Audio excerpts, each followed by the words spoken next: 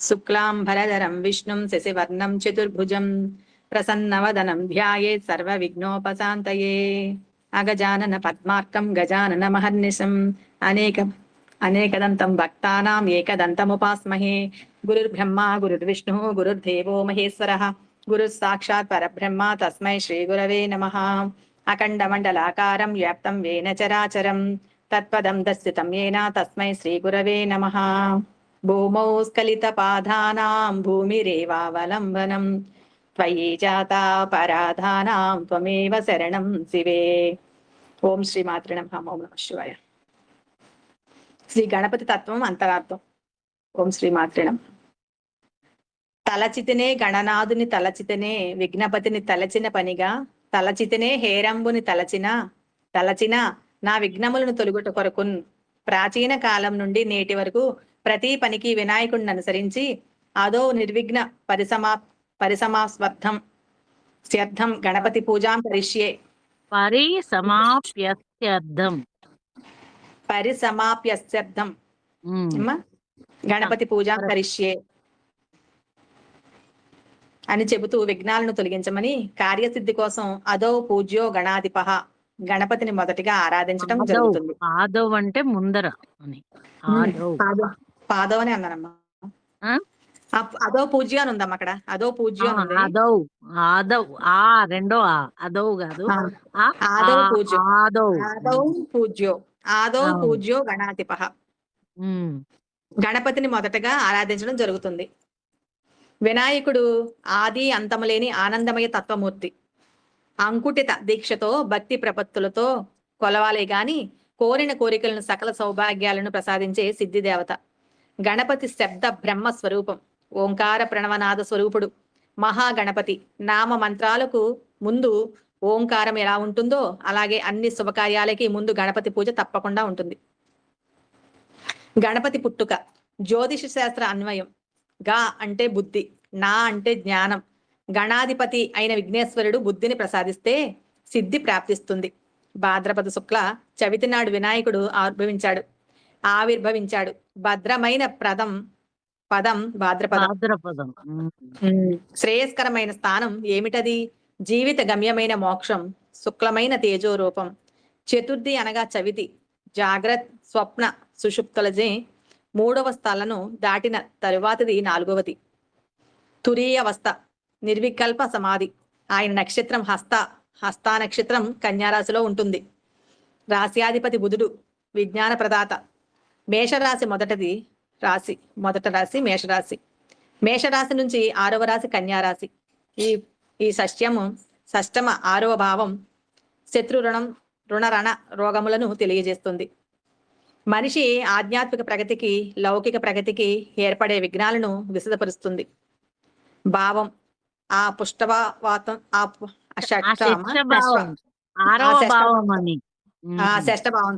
షష్టభావంతో ఆ షష్టభావంతో హస్తా నక్షత్ర కన్యారాశి చంద్రుడుండగా ఆవిర్భవించిన విఘ్నేశ్వరుడు చవితి నాడు పుట్టిన వినాయకుడు ఈ 4 రకములైన విఘ్నాలను తొలగిస్తానని అభిమిస్తున్నాడు.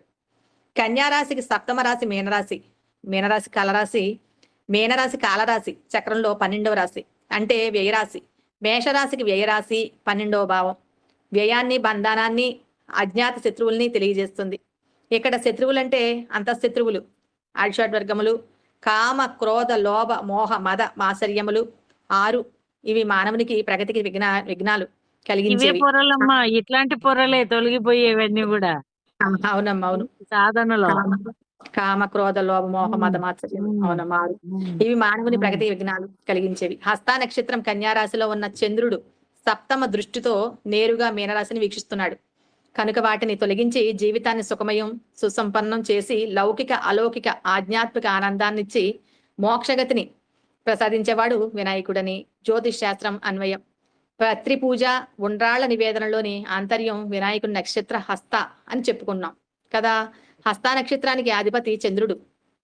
నవగ్రహములకు నవధాన్యములు నవరత్నములు చెప్పబడ్డాయి. చంద్రుని తెల్లనివాడు. వినాయకుడు శుక్లాంబరధరుడు. నవధాన్యాలలో చంద్రుడికి బియ్యం, అందుకే బియ్యాన్ని భిన్నం చేసి చంద్ర నక్షత్రమైన హస్తా నక్షత్రంలో ఆవిర్భవించిన వినాయకునికి ఉండ్రాలు నివేదన చేయటంలో గల ఆంతర్యం ఇదే.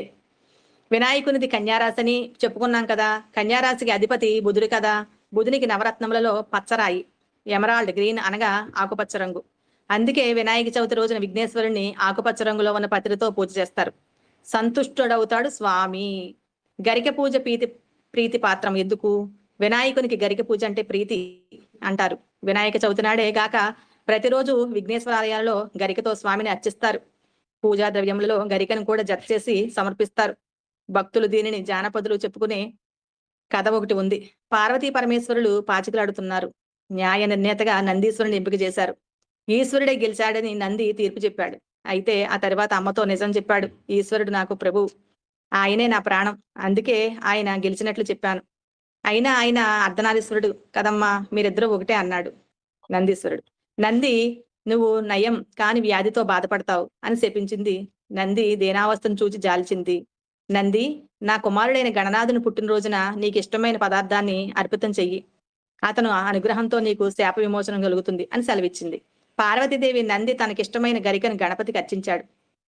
గరికతో గణపతిని అర్చించాడు. అర్పించాడు అర్పించాడు అర్పించాడు. అదేనమ్మా, అర్పించాడే. ముందు అర్చించాడు అన్నాను కదా, అర్పించాడు. అతనికి శాప విముక్తి లభించింది. ఇది వినాయక పూజలో గరిక ప్రాధాన్యత. వినాయకుల వారికి నందీశ్వరుడు పూజ చేసిన వాళ్ళని గరికతో సహస్ర పరమాదేవి శతమూల శతాంకుర సర్వగుంహరతు మే పాపం దూర్వా దుస్వప్ననాశిని. సకల కల్మషములను తొలగించే సర్వశ్రేష్టమైన ఔషధి. లెక్కకు మించిన కణుపులు చిగుళ్ళు కలిగి దుష్ట తలంపులు ప్రభావమును తొలగించు శక్తిగల పరమాత్మ స్వరూపమైన దూర్వాయుగ్మము మనలోని మాలిన్యాన్ని తొలగిస్తుంది అని దూర్వా సూక్తము పేర్కొన్నది. దూర్వాయుగ్మం అంటే గరిక. అందుకే గణపతిని గరికతో అర్చిస్తే సర్వశుభాలను ప్రసాదిస్తా అన్నారంట స్వామి. అన్నాడు మనోమాలిన్యాలను తొలగిస్తాడు. గజ శబ్దార్థము వస, శివ, హింస, సింహ, పశ్యక, కశ్యప అని వర్ణ వ్యత్యాసములతో మార్పు కలుగుతుంది. ఇది ఒక వ్యాకరణ శాస్త్ర ప్రక్రియ. ఆ విధంగా జగ గజ అని మారుతుంది. గజమే జగము గణపతి.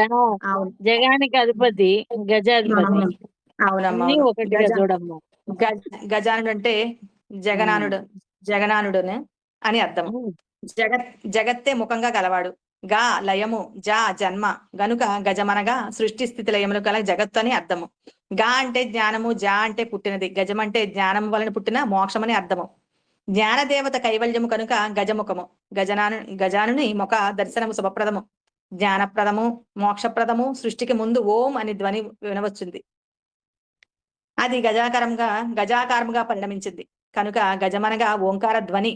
ఓంకారము గజనాదము అనగా హస్తినాదము. అశ్వపూర్వం రథమధ్యాం స్వస్తినాద ప్రబోధిని.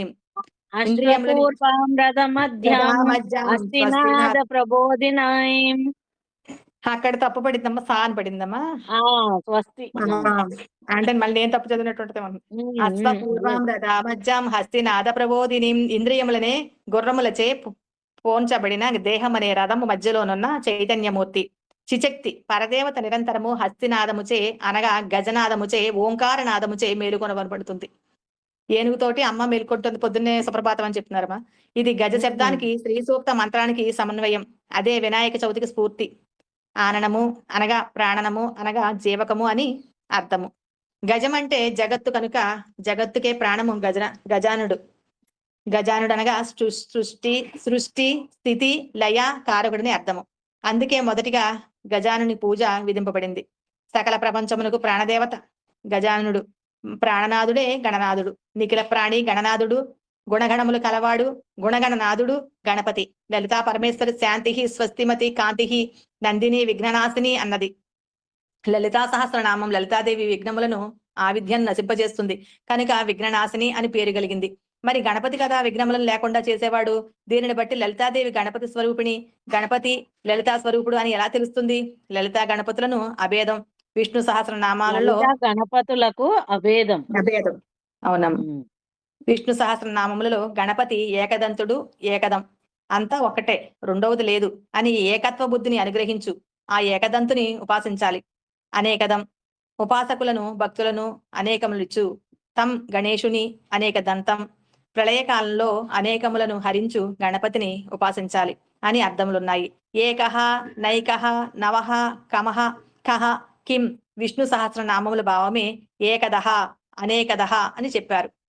గజానుని రూపం ఆధ్యాత్మికత, మోక్ష సిద్ధికి వక్రమైన ఆటంకములను, ఆయుషడ్వర్గములను, కామ క్రోధములను నశింపజేసి చితే తైకాగ్రత నొసగి స్వస్వరూప సంధానతతో చిత్తానికి ఏకాగ్రతని. చిత్తైకాగ్రత నొసగి స్వస్వరూప సంధానతతో జీవ బ్రహ్మైక్య స్థితిని అనుగ్రహించేవాడు వక్రతుండు. మూలాధార క్షేత్రస్థితుడు, మూలాధారి లంబోదరం బ్రహ్మాండానికి సంకేతం. విఘ్నేశ్వరుని చేతిలోని పాస అంకుశాలు రాగద్వేషాలను నియంత్రించే సాధనాలు. గణపతికి ప్రియమైన భక్ష్యం మోదకం, ఆనందాన్ని ఇచ్చేది మోదకం అయినా కృపా కటాక్షంలో ఆనందం లభిస్తుంది. ఆయన కృపా కటాక్షంలో మోదకం ఆయన కృపా కటాక్షంలో ఆనందం లభిస్తుంది. నాగ యజ్ఞోపవీతం కుండలిని శక్తికి సంకేతం.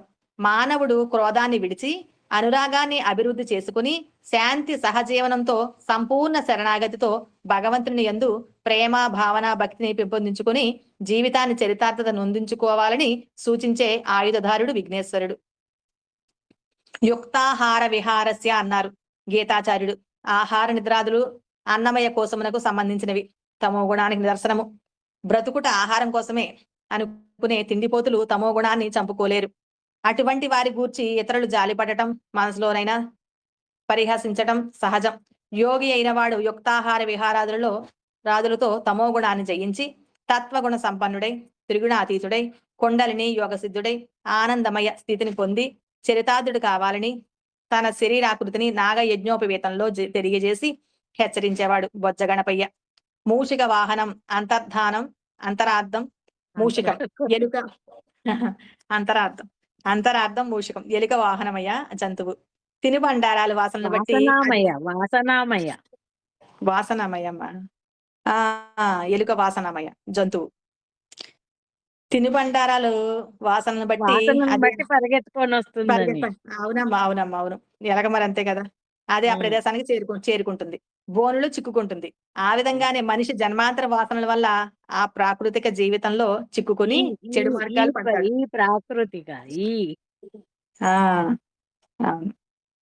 జన్మాంతర వాసనల వల్ల ఈ ప్రాకృతిక జీవితంలో చిక్కుకుని చెడు మార్గాలు పడతాడు. మూషిక వాహనుడిగా అమ్మ చెప్పేది అన్ని తెచ్చి లోపలేసుకొని బాధపడుతున్నారు అందరూ.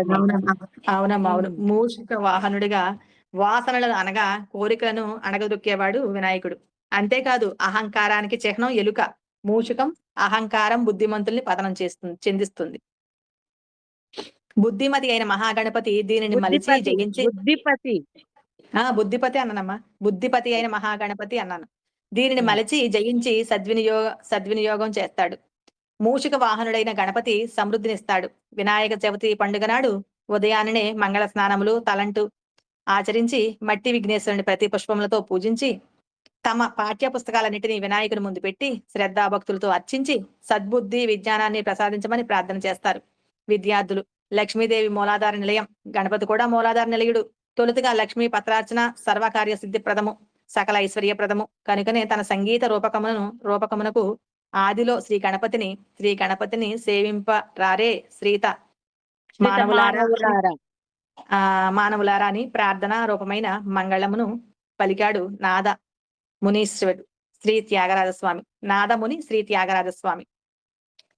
శ్రీ గణపతిని సేవింపరారే శ్రితమానవులారా అని ప్రార్థనా రూపమైన మంగళమును పలికాడు నాద ముని శ్రీ త్యాగరాజస్వామి. ముత్తుస్వామి దీక్షితులు మహాగణపతి కీర్తనను వినాయక చవితి రోజున ముఖ్యంగా ముత్తుస్వామి దీక్షితుల వారి ముఖ్యమైన కీర్తన విశేష ప్రాచుర్యం పొందింది. హంసధ్వని రాగ కీర్తన. వాతాపి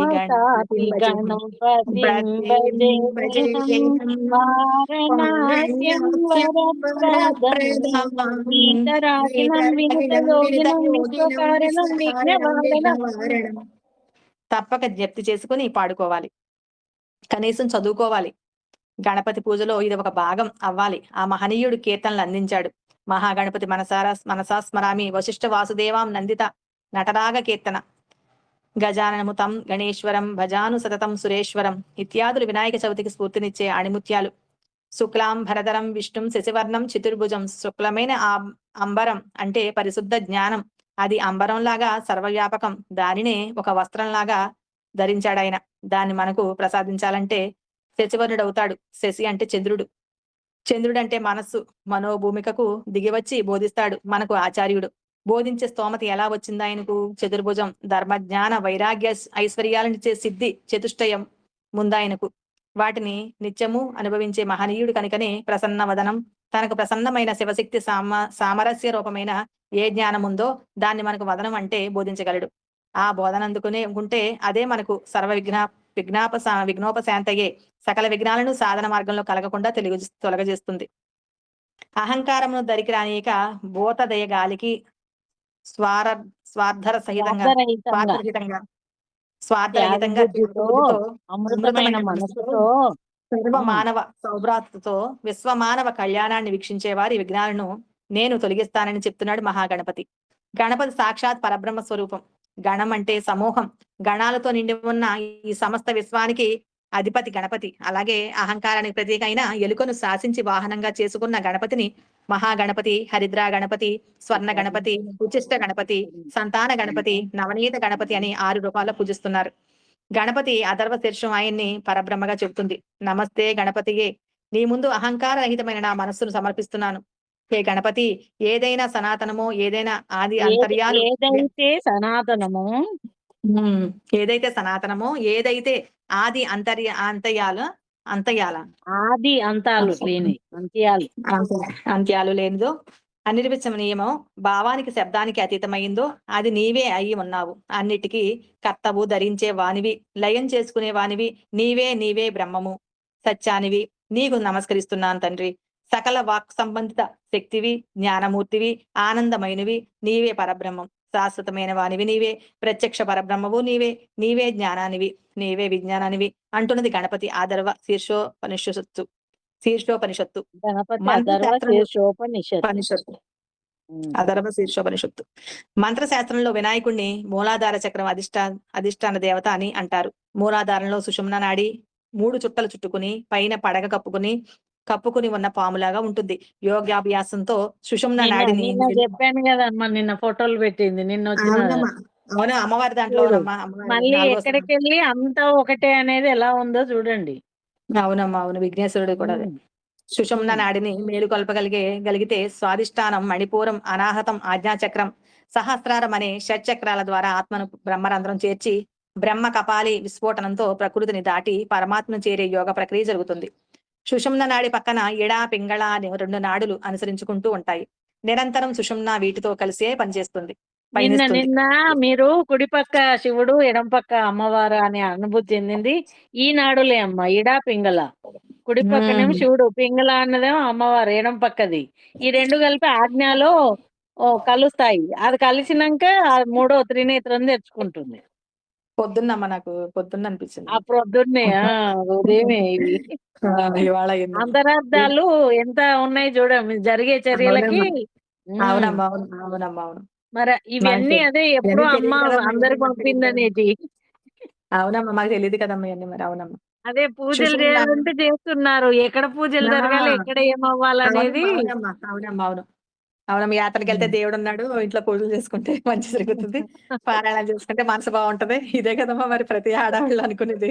అదే ఆ, నిశ్చలమై చేస్తుంటే లోపల ఎట్లా జరుపుకుంటూ పోతున్నాయి అని ఆ చైతన్యం అవునమ్మా, జాగృతం అవడం. అవునమ్మా. ఉమ్. సుషుమ్న నాడి ప్రక్కన ఇడా పింగళ అను 2 నాడులు అనుసరించుకుంటూ ఉంటాయి. నిరంతరం సుషుమ్న వీటితో కలిస్తే పయనిస్తుంది. ఎడా అంటే జ్ఞానము, పింగళ అంటే కార్యసిద్ధి. అలాగే ఎడా అంటే సిద్ధి, పింగళ అంటే బుద్ధి. ఆ మూలాధారం గణపతి. వీళ్ళే గణపతికి భార్యలు అనడంలో ఆ, అంతరార్థం. సిద్ధి సిద్ధి బుద్ధి బుద్ధి భార్యల అడగంలో మధ్యలో అంతరార్థం. సూక్ష్మంలోనే గణపతి తత్వం, సిద్ధి ఆ బుద్ధులు. ఆ భార్యల ప్రతి అడగంలో ఆనడంలో ఒక్కటి అంతరార్థం. లోపల అన్వయించుకోవాలమ్మా. లోపల అని సుబ్రహ్మణ్య విగ్రహాలు, పాములు అని చెప్పేది అన్ని లోపల అన్వేషించండి అమ్మా అనే చెప్పేది అందరినీ. అవునమ్మా, అవును. ఇప్పుడు ఇందులో ఎంత అంతరార్థం దాగింది చూడమ్మా. అవునమ్మా. ఉమ్. అనగా గణపతి అంటే అష్ట చక్ర గణములకు అధిపతి. గణపతి అంటే 11 ఇంద్రియ గణములకు అధిపతి. పంచ చదువుతారా? తన్మాత్రలు పర్వతమ్మనే వర్ణన చదవమనాలా మీ పర్వాలేదా? చదువుతానండి, చదువుతాను. పంచ ఉమ్. తన్మాత్రలు, పంచభూతాలు, పంచ విషయాలు, అహంకారం, మహాతత్వం, ప్రకృతి అనే 18 గణములకు అధిపతి గణపతి.